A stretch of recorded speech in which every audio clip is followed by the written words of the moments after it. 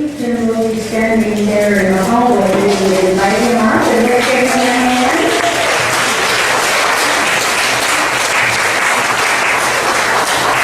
Jim really does not need an introduction. I have to say that this fine group of people that are here tonight are a testimony to how we feel about this man. Since March of this year, he has been the chairman of the GOP for California. And we're mighty happy that he's fulfilling this role. He brings about 25 years of full-time experience to politics and government. And he did serve in the state assembly and senate, was the only freshman ever elected to the party in both houses of the legislature. And just one comment that was made by Governor Schwarzenegger at the time, he described this man as arguably the most powerful elected Republican in California. So welcome, Jim Brulte.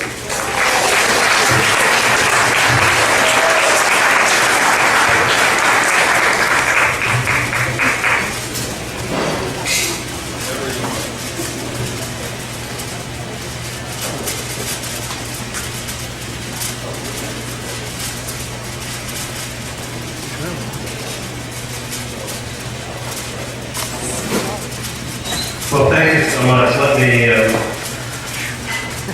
apologize. I don't know whether I'm fighting the flu or bronchitis, so I may not be as upbeat as I normally am. It's a privilege to be back here. I used to get to represent you in the state assembly and the state senate a couple of decades ago. Is there anybody in the room that voted for me back in the 1990s? Well, thank you so much. And anybody voted against me back then? Well, I certainly hope you're out in health.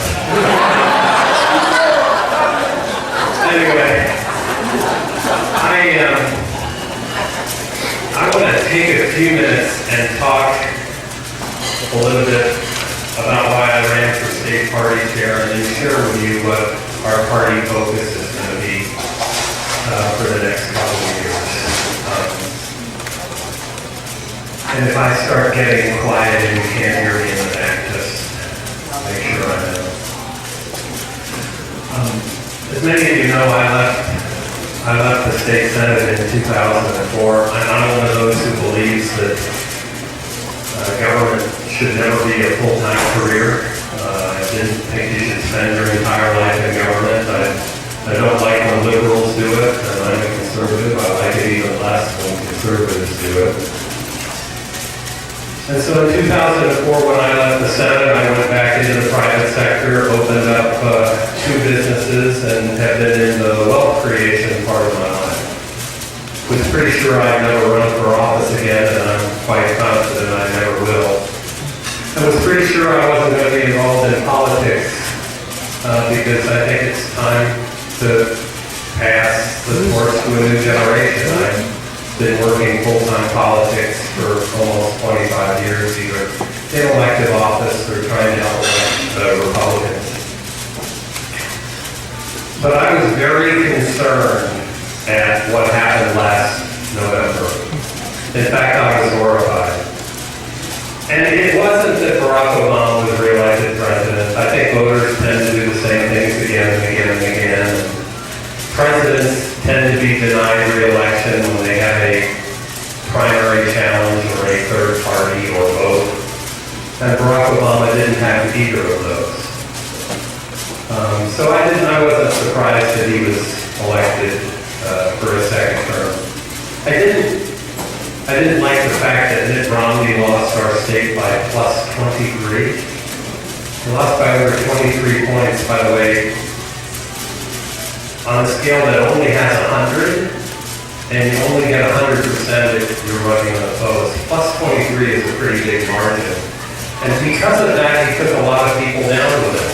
Over half the losses that Republicans in the House of Representatives suffered, they suffered in California. I wasn't surprised that we lost 4 Senate seats. Because when you lose plus 23 at the top of the ticket, it affects everybody.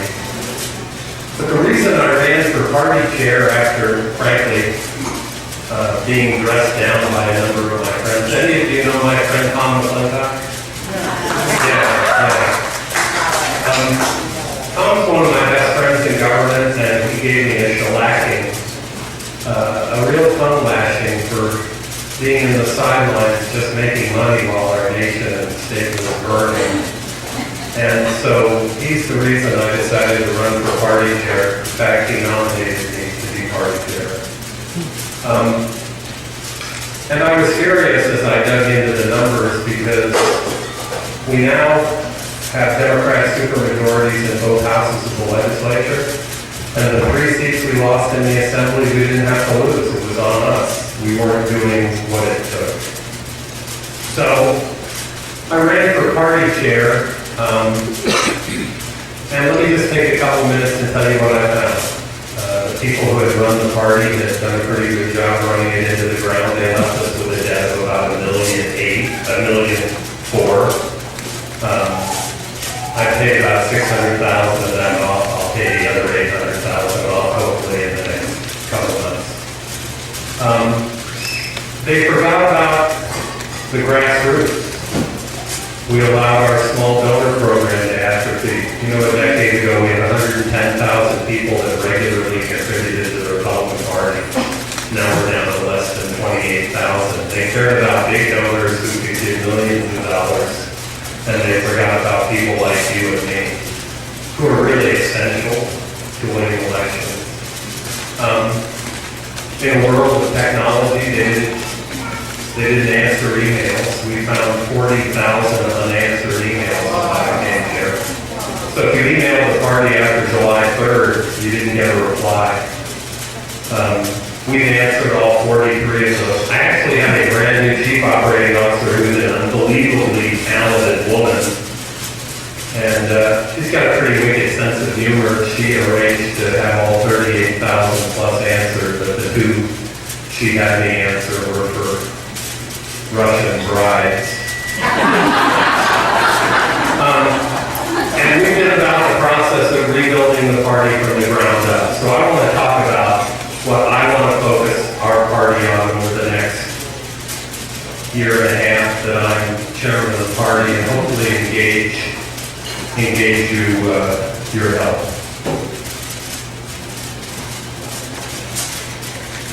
I've laid out 3 strategic goals.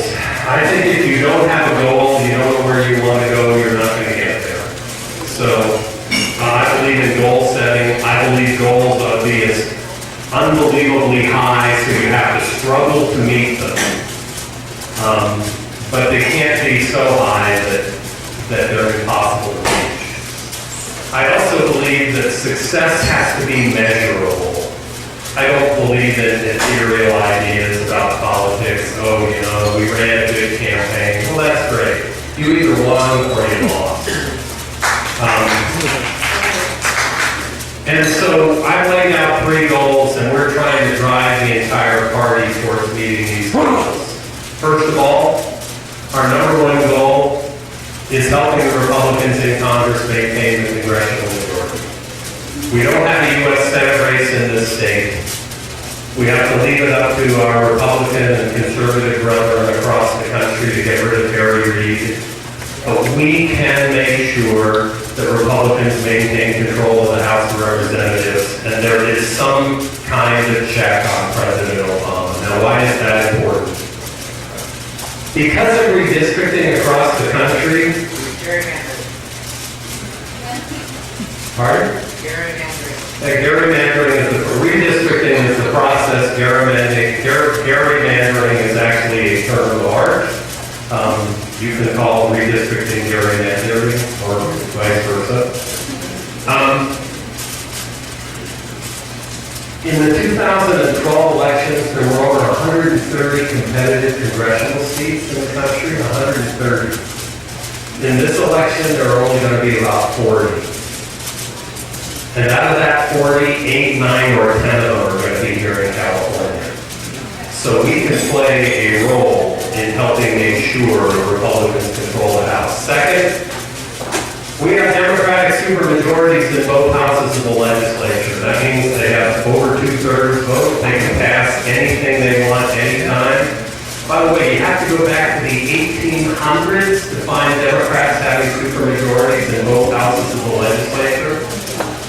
And let me tell you how tough it is in California. Not only do you have to go back to the 1800s to find Democrats having supermajorities in both houses, you have to go back to 1882 to find the Democrats winning every race from governor to superintendent of public instruction.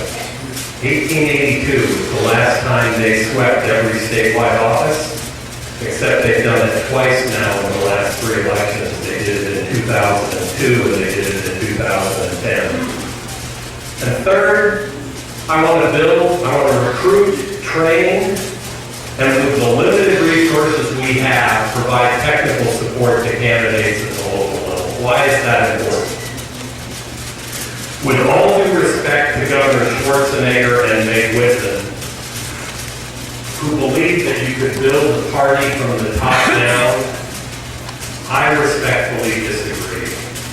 I think you build a movement and you build a party from the bottom up. And that's what I'm here to do.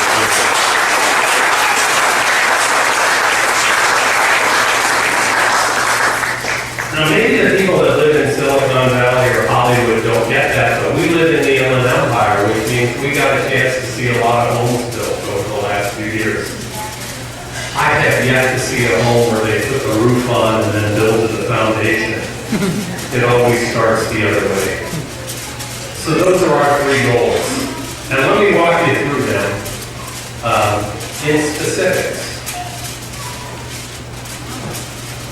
We've identified 3 Republican members of Congress who we think are number 1, 2, and 3 on Nancy Pelosi's hit list here in California. First of all, Congressman Gary Miller. Some of you have worked for him. Thank you for your support in the last election. Gary Miller is Nancy Pelosi's top target, not only in the country, not only in California, but in the entire country. Gary Miller is the most vulnerable Republican incumbent in the country, and Nancy Pelosi has $6 million aimed at his head. So our number 1 plan is to build infrastructure under Gary Miller. David Valadao is a conservative freshman Republican, just left the Assembly and was elected to the U.S. Congress out of the Central Valley in the last election. He and Jeff Denham was elected 2 years ago to Congress. We think Nancy Pelosi and the Democrats who populate Congress are going to spend a lot of money beating them up. Now, between you and me, I don't think they're going to get him this time, but the Democrats plan ahead. So we think they're going to spend $2 or $3 or $4 million beating each of them up in hopes that they can take them out in 2016. We've also identified 5 Democrats initially that we think we can take out. 4 of them are freshmen who were just elected last year. The one who isn't is a woman named Lois Cash. She lives in Santa Barbara. Interesting lady. Back in the 1990s when she ran for Congress, she promised to serve only 3 terms because she believed in term limits. That was in the 1990s. She's still there, and it's now 2013. Scott Peters won down in San Diego, beat Brian Bilbray. We already have a poll that shows one Republican congressman 10 points ahead of Scott Peters. So we're going to focus our efforts there. Julia Brownlee was elected out in Ventura County. She beat Tony Strickland. It was a close race, but again, when Mitt Romney loses by +23, it kind of hurts. Robert Ruiz beat Mary Bono out in Riverside County, and then Ami Guerra beat Dan Munger. So that's where we're going to focus our efforts. I said before I believe in winning. I met with a friend of mine, Daryl Ice is a friend of mine. By the way, he's definitely doing God's work. And I said to him, Daryl, I love you dearly, but I really don't want to help you get 68% of the vote when you can win with 65. So, no one likes to hear that because you're always afraid you're going to lose. But we don't intend to put money into places to help Republicans win with 68%, nor do we intend to put money in places where we can take a Republican from 38 to 41. We have limited resources. We want to focus where we can make a difference. And right now, these are the districts where we think we can make a difference. Let me go through a couple of those districts just so you know. Look at Gary Miller's district. Barack Obama won it by 15 points. Jerry Brown won it by 7. Barbara Boxer won it by 2. Only Steve Cooley won by 8. So it's a purely competitive race. In fact, I think you can make a case that had he not been running against another Republican, he might have been defeated in the last election. So this is ground zero for us in trying to defend the Republican congressional incumbent. And this is the district that I live in. I live right up there. So I'll be walking precincts with you, standing shoulder to shoulder as we try to win this race. A couple others briefly. This is the Valadeo seat. You'll see that it's a much better seat. Whitman only lost it by 4 points. But Carly beat Barbara Boxer by 10, and Cooley beat Kamala Harris by 11. Again, I don't think it's a district they get, but I think it's a district that they're going to play in this year. And the Denham seat's even better. McCain only lost it by 2 points, but Meg carried it by 2. Carly carried it by 12, and Cooley carried it by 13. The Dems are going to spend money there. We'll spend money there. But this is all about setting up a race for 2016. I don't want to go through all of these seats because I'm sure we want to get to questions. Here's one that I like, the Scott Peters seat down in San Diego. Scott Peters just won 51 to 48, actually 51-2 to 48-8, which is really not the race. That was all about Romney losing by plus 23. But this is a district that Meg Whitman carried by 8 points, Carly carried by 7, and Cooley carried by 14. So with the right candidate and the right effort, we can win that district. Brownlee is out in Ventura County. I'll show you this a little later. Whitman carried it, Carly carried it, and Cooley carried it, but it was close. Ruiz, tougher seat. And then the Vera district. This is the old Dan Lumber district. It's up in Sacramento. Brown won it by 5, but Carly carried it by 7, and Cooley carried it by 14. So this is where we're going to put our resources. So if those of you who have a friend running for Congress and we're not putting resources there from the state party, recognize it's nothing personal. It's just we don't have unlimited amounts of resources. We have to spend it where we can. Our second goal is to try to eliminate the Democratic supermajorities in both the Senate and the Assembly. And special elections have already provided us an opportunity to do this. Now, I had dinner with President Bush about 2.5 months ago. He's a friend of mine. One of the things he said, so, Mr. Chairman, are you the chairman of more than nothing? Always a nice way of being greeted. And you have to be respectful. You can't tell a former president exactly what you think of the question he asked. I said, yeah, but not much. I said, my number one concern is we're one election away, and before I even finished the sentence, he said, from extinction. And I said, I hadn't thought of it in those terms, but the answer is yes. And let me explain what I mean by that. I already told you for 2 out of the last 3 elections, Democrats have every statewide office. And for the first time since the 1800s, Democrats have supermajorities in both houses of the legislature. But what I haven't told you is that you have to go back to 1984. Ronald Reagan was president, running for re-election. You have to go back to 1984 to find Republicans picking up seats in the state assembly in the presidential election here. We didn't do it in 88, we didn't do it in 92, we didn't do it in 96, we didn't do it in 2000, we didn't do it in 2004, we did it in 2012, and we didn't do it in 2008. So 2014 is our best opportunity in this decade to try to eliminate the Democratic supermajority. And why is that? Maybe somebody can bring the answer. Why is it important to do that? Because the Democrats who represent the state legislature, they're not like your neighborhood Democrats. They are unbelievably liberal.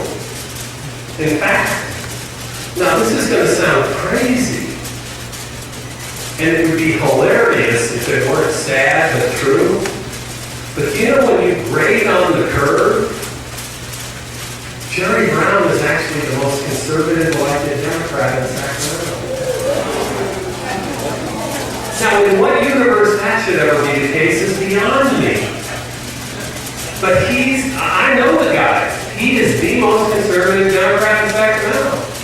Take Ted Lieu, Democrat senator from Los Angeles. Less than 72 hours after the voters passed Prop 30, raising our sales and income tax, less than 72 hours later, he proposed tripling the car tax. At least Senator Leno of San Francisco had the decency to wait a week before he proposed gutting Prop 13. And Senator Leno is a real interesting guy. He thinks people ought to be able to have 99 pieces of child pornography before it's considered a crime. These are not your neighborhood Democrats. So we have to eliminate the supermajority. And our plans are simple. And just like the Miller District, our area is going to be ground zero. We've identified Republican senators we think are in trouble or most likely to be targeted in the Republican Assembly. First, Anthony Cannella represents the Central Valley. He is in an unbelievably Democratic seat. Andy Videk, we just elected in a special election. Thanks to all of you who helped participate there. I see some of you who were up with me walking precincts. It was only 102 in Fresno when we were walking precincts. But we took a seat that the Democrats had represented. We have to re-elect him. Mike Morrell is the #1 target for Democrats. Mike Morrell is the #1 target for Democrats in the state assembly. John A. Fedez, the Speaker of the Assembly, has $3.5 million aimed at Mike's head. And if you haven't had a chance to have Mike here, you should. By the way, if you haven't had a chance to have his son here, you should. When I first ran for the Assembly, Mike Morrell's kids were in my campaign brochure. They stood about that tall. Today, his son stands about this tall. And I don't know about you, I'm unbelievably proud of him. He is a law clerk to U.S. Supreme Court Justice Clarence Thomas.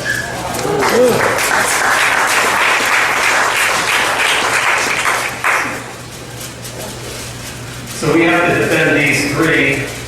We have to defeat 3 Democrats, Steve Fox, Kurt Silva, and Salas. And then we have to capture a seat in Orange County. It'll take a little bit of time to go through these districts.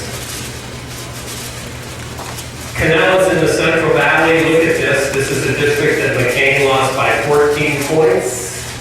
Brown won by 7. Carly won by 1. And Cooley won by 1. This is a true swing district. It is a tough district for a Republican to win. So we're trying to build infrastructure under Anthony Canella. Andy Videk. Look at this district. This is a district that we just won in a special. Barack Obama carried it by 12 points. Jerry Brown carried it by 10. Carly carried it by 4, and Cooley carried it by 45 to 45 points. It's a true swing district, but we have to hold those two because we have 12 members of the Senate. If we hold those two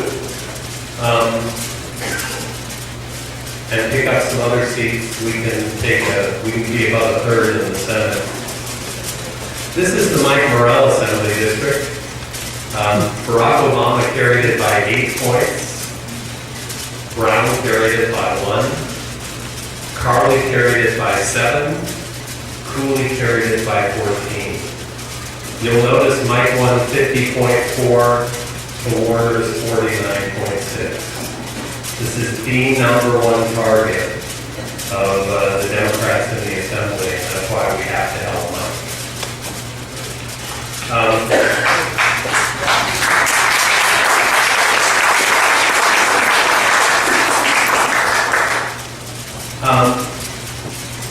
This is a district that in the normal world would never be on anybody's target list. I mean, look at this district. Although McCain lost it, Meg Whitman won it by 5 points, Carly won it by 6, and Cooley won it by 14. So why is it on the target list? It's because when the Democrats have super majorities, they have unbelievable amounts of resources. In the last 2 years, the largest single contributor to the California Republican Party was Chevron. This year, they gave $250,000 to elect Leticia Perez, a Democrat, over Andy Vajek, a Republican. They do that because the Democrats who control government can threaten them. And when people are threatened, they pay the ransom. So, in a normal world, if this were a race back in the 90s, when I were the Assembly Republican leader, I wouldn't even have given it a second thought. But there's $2.5 million aimed right at Jeff Carell, so we have to defend this seat. The Democrats have supermajorities. They like having supermajorities. They don't have to consult anybody. They can pass whatever they want. They want to expand their supermajorities because they want to override Jerry Brown. And Jerry Brown's not vetoing that much stuff, but they still want to take him on. The last one is Eric Linder. This one is out in our Riverside County area. Not a bad district for us. Meg carried it by 4. Carly carried it by 10. Cooley carried it by 16. Again, in the normal world, it would never be on the target list, but because the Dems have super majorities, they got $2.5 million aimed at Eric Linder. I'm just going to talk about a couple more, and then we'll get to questions if you have them. This is the reason I ran for state party chair. You know, my first campaign was in 1966. I was 10. I put bumper stickers on cars. Ronald Reagan was running for governor back then. I didn't actually know you had to get people's permission to put bumper stickers on cars. So I took a few off, but you know, I was eager. And I liked this Reagan guy. I didn't know why, but my dad liked him. And my mom liked him. And so I've been involved in politics since I was 10. I'm now 57. I don't like losing. But, you know, I really don't lose sleep over races that are almost impossible to win. You know, sometimes you just can't win. I hate losing races we should win. And I can't stand giving away the other side elections. Because, you know, parties do make a difference. It does matter. You know, all you have to do is look at Barack Obama and what he's doing in this country to know that even the worst person we would have elected probably would have been better.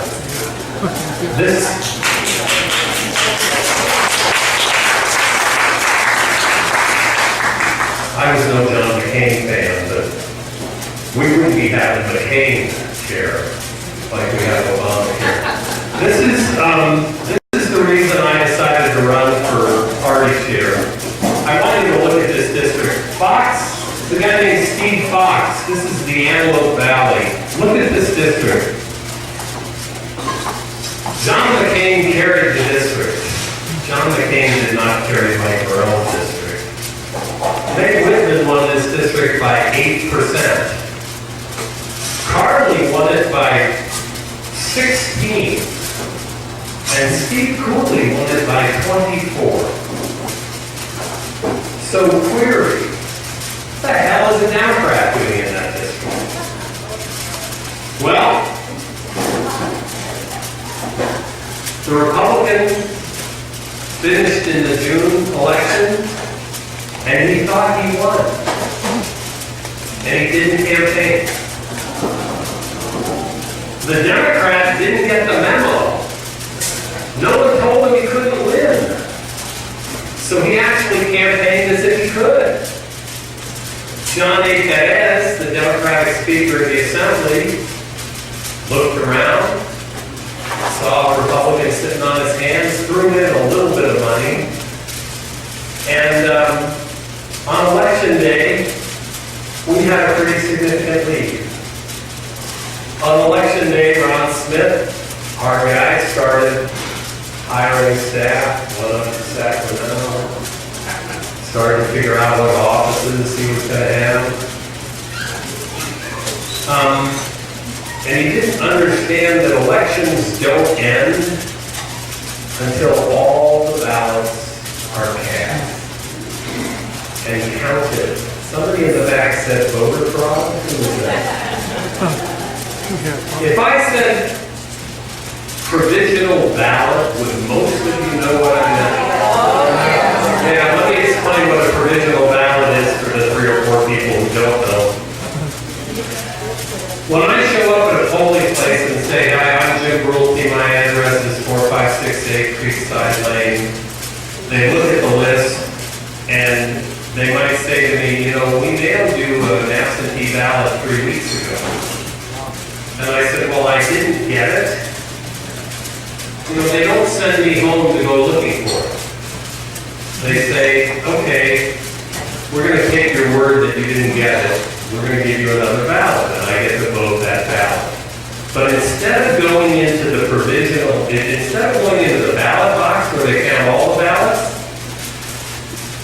it goes into a box of provisional ballots. And by the way, in every election there are hundreds of thousands of provisional ballots. Some people move. It just happens. A lot of provisional ballots are just people's mistakes. There's nothing bad about them. There's nothing evil. But within the provisional ballot universe, this is where we also find voter fraud. Now, in every area of the state where we, meaning our party, and I don't mean you because you weren't there, and I don't mean me, I wasn't even a member of the party.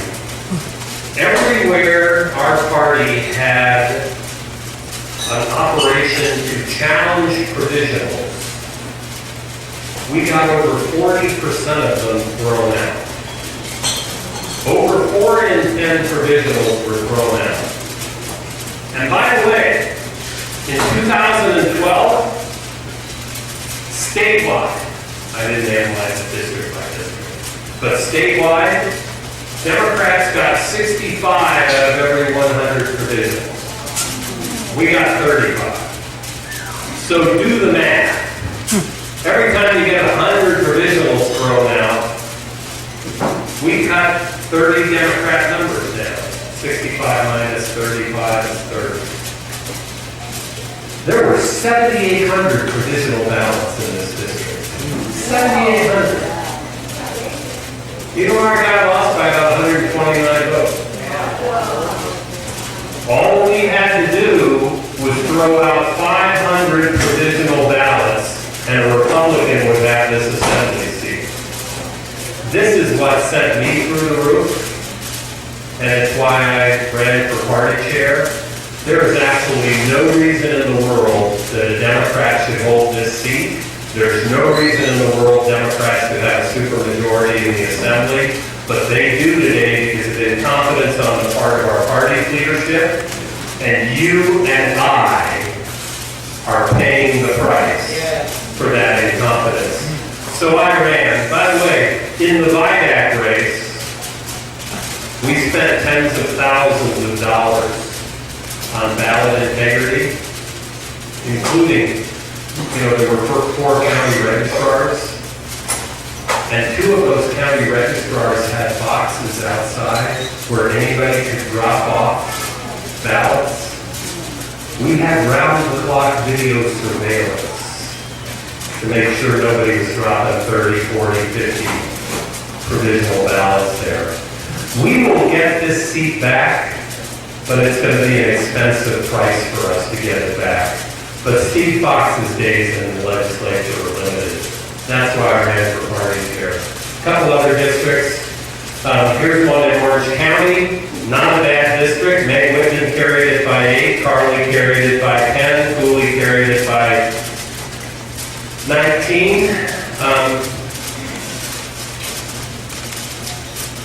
Have any of you ever met somebody in elected office who was a little egotistical or arrogant?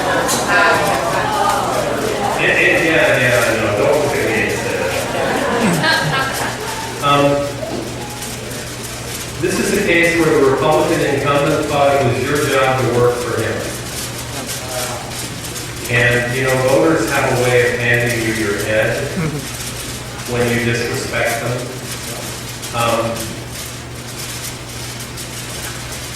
He thought the job of the people in his district was to kiss his butt. I never had that attitude. I went through cases of chapstick over my career. But if you disrespect voters, if you talk down to voters, even in the Republican seat, they will show you the door. This is another seat we should have never lost, but we did. The last district I want to talk about related to incompetence. This is a district in the Central Valley. It's not a bad seat. Brown won it by 8. Carly won it by 8. Cooley won it by 10.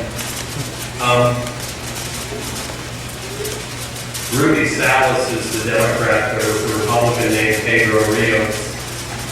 The Republican nominee came to this country illegally.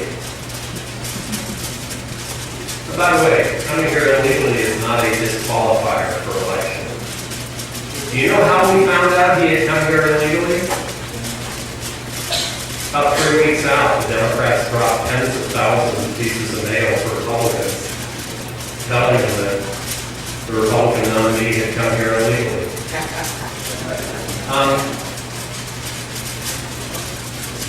I just have this sneaky feeling that before we go to you and ask you to spend $1 million to $1.5 million to help elect a Republican, we ought to make sure we know everything about that Republican, because I don't like unpleasant surprises. We had a real world experience, just a few of us. You remember this, 2000 election? You remember George Bush was 5 points up on Thursday. And then we found out that he'd been arrested for drunk driving when he was a kid.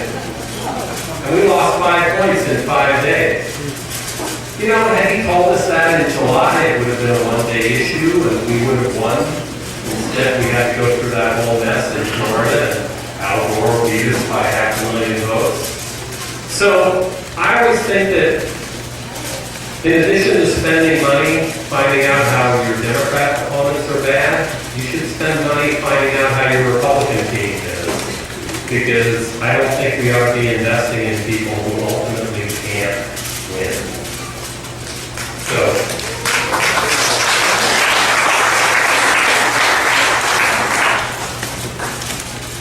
So these 3 seats we gave away. and we are paying a price for it. And if we don't get them back in 14, we will pay a price that's even greater.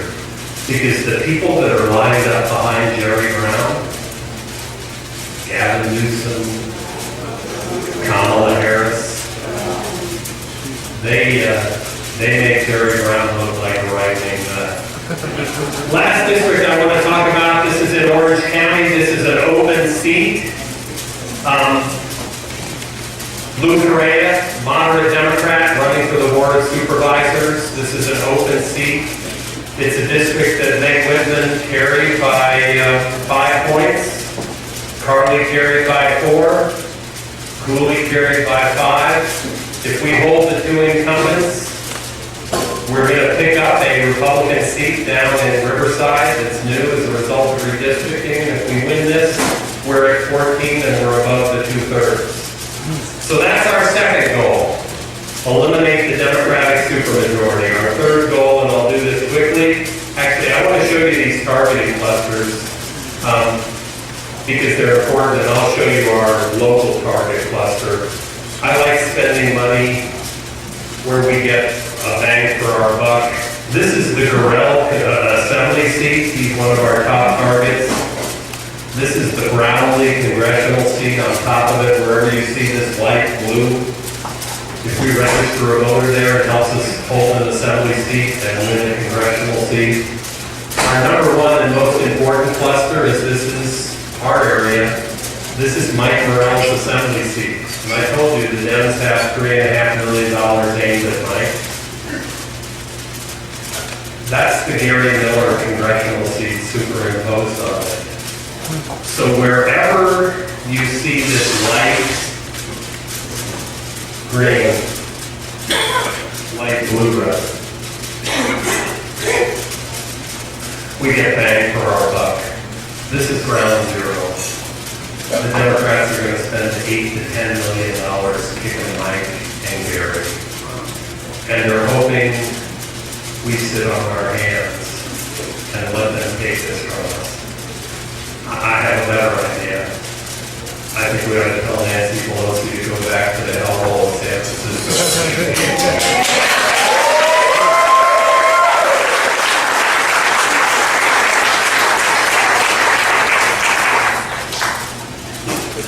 Our final bill is building the farm team. This is important. You got to build from the bottom up, and I only have 3 more slides, and then we'll get to questions.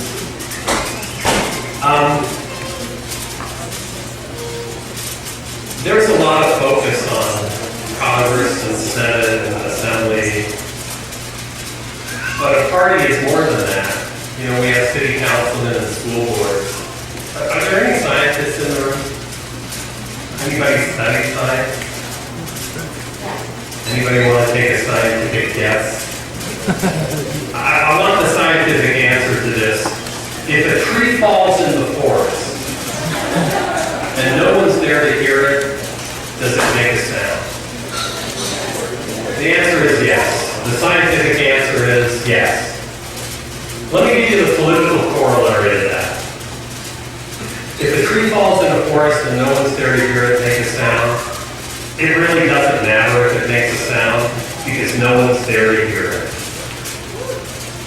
And I am as critical of the Republican Party leaders as just about anybody, because there are entire communities in this state where we are not making a sound.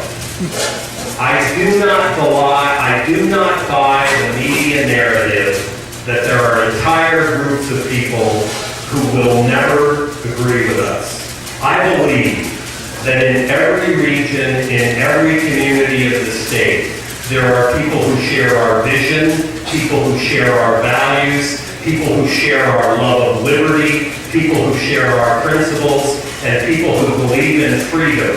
And they don't like what Barack Obama and Nancy Pelosi and Harry Reid are doing, but we're not in that community sharing our values because it's too easy for Republicans to spend time talking to the choir. But look, I love talking to the choir. I've gone to church in New York, Washington, D.C., Idaho, Hawaii, New Jersey, and California. The one thing I found, having a scientific study, but most members of the choir, they're already converted. We have to get out of our comfort zones and go into every community and share our values.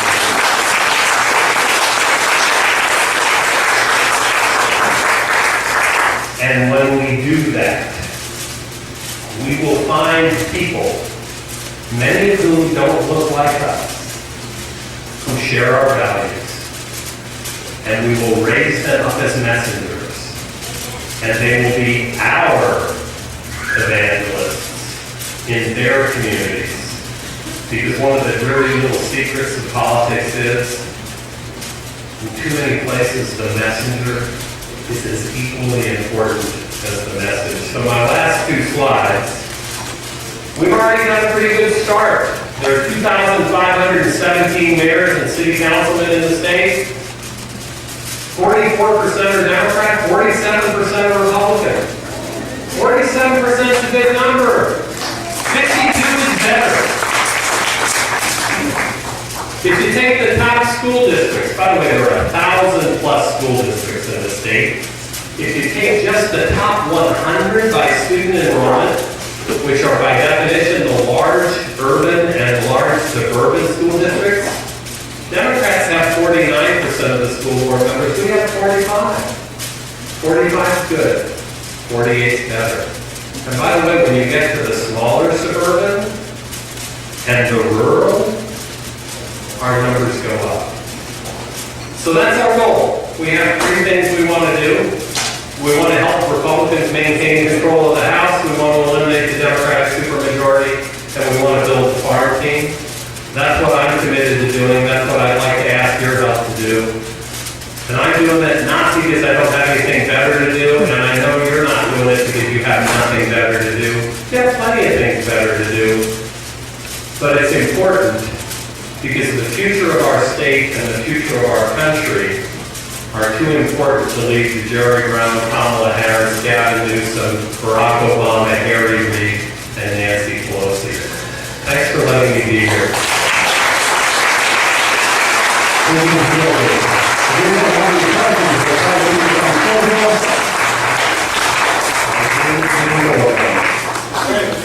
What do you think about the Tea Party movement, and how do you think the Republican Party can learn from that?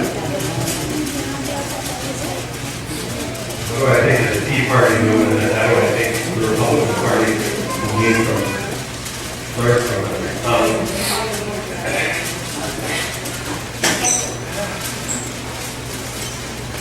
I think the Tea Party movement came about for two reasons. One, the unbelievable overreach of Obama, Pelosi, and Reid. And two, the absolute failure of the Republican Party to walk its talk.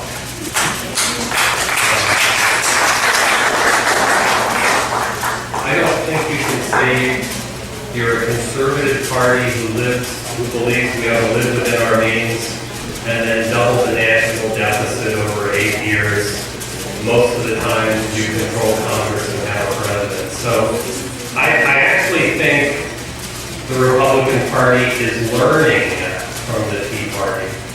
And I think that's a good thing. I was asked on a television show 2 or 3 years ago, I just think the Tea Party, are Republicans who are calling us back to our founding principles.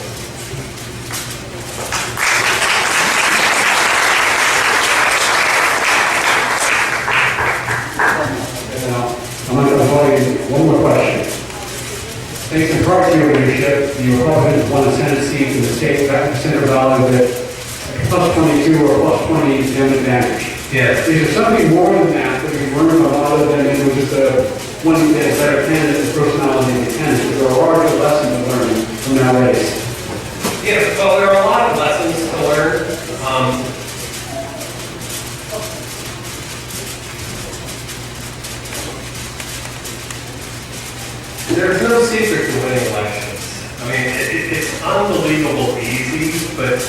because it's so easy, we tend to complicate it. In a neighborhood election, the candidate who most looks like, sounds like, has the shared values and the shared experiences of the majority of the people in the neighborhood tends to win. Let me say that again, because it's real simple. In the neighborhood election, a candidate who most looks like, sounds like, has the shared values and the shared experiences of the majority of the people in the neighborhood tends to win. And where we as Republicans have failed, I think, is we have failed to recognize that the neighborhoods of California have changed. And we get in trouble where we recruit candidates who don't reflect that change. For example, I live in the foothills north of Rancho Cucamonga. I have a very conservative anti-tax district. I didn't support tax increases. Got a huge Mormon population and a lot of evangelical churches. So the fact that I'm pro-life was helpful in that district. We don't really care about offshore oil drilling all that much. It's not something, so I didn't really care about offshore oil drilling. I represented the district. By the way, if you favor offshore oil drilling and you're running in Santa Barbara, you get shot before the campaign starts. So, recognizing that, and this is the tough part. This is the tough part for us. And by the way, the Democrats have the same problem too. This is where half of you are going to never want to invite me back. I'm a pretty right-wing Republican, but not all California is right-wing. So, where you have districts that can see the ocean, you have to have Republicans who are a little bit more environmentally sensitive than I am. We're 28% of the electorate. 28%. 100% of 28 never gets us to 51. And too many Republicans have developed what I call the psychology of defeat. We're pretty sure we can't beat Democrats, so we spend our time beating other Republicans up. And, with all due respect, if that's your game, I'm not going to stop you. I'm just going to try to ignore you and move on. I mean, here's my favorite example. And let me start by saying, I've met John Boehner twice, maybe for a grand total of 3 minutes. Don't know his heart, don't know much about him other than he smokes, which I find offensive. I talk to Republicans who say, well, I don't like John Boehner, I don't want him as speaker. Well, here's my attitude about that. I have 2 things to say. On his worst day as Speaker of the House, he's better for this republic than Nancy Pelosi is ever on the successor.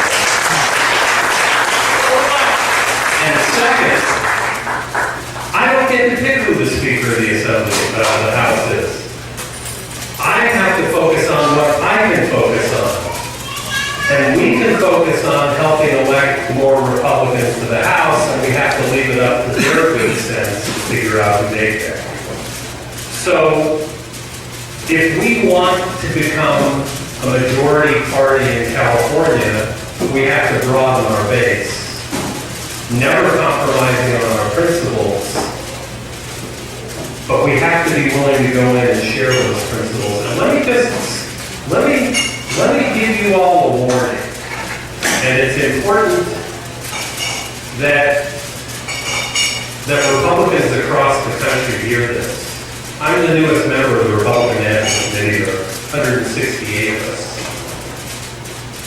And they asked me to speak the last time we were together. And I said, oh, you don't want to hear from me. And they said, no, we want to hear what you think. I said, no, you really don't. You don't know me. I don't know any of you. I'm not running for anything. I don't care what you think about me. I tend to speak truth. And they said, well, tell us what we ought to be doing. And I said, we ought to pay attention to what we did in California and do just about the opposite. And let me give you some numbers. I see the Atkins are here. You're a car guy. You know numbers work. Deals pencil out. In the last election, by the way, in California, we're really good at carrying the white vote. From 1994 to 2010, we got 25.3% of the Hispanic vote, and we get less than half the Asian vote. And when the Hispanic vote was 8%, that would mean we could win elections. Now that it's 25%, it means we're losing. In 6 of the last 6 presidential elections, 6 of the last 6, 18 states plus the District of Columbia, which collectively represent 242 electoral votes out of 270. 6 out of the last 6 elections voted Democrat. That doesn't count Florida, North Carolina, Virginia, New Hampshire, Ohio, Arizona, Colorado, New Mexico, and Nevada. Mitt Romney got 59% of the white vote and carried independence. Not even George W. Bush carried independence when he was reelected. If Republicans can't figure out how to go and get people who don't look like most of us to vote for us, we will be the minority party in this country for the next 30, 40, or 50 years.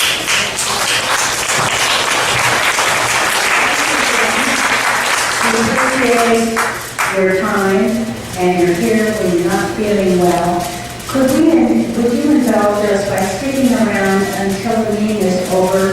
There are people who have questions, and we've just run out of time. They would love to have their questions answered. So if you don't mind, we'll keep these questions, and those of you who wrote your questions, please hang out and talk to Jim personally. That'll work. So thank you, Jim.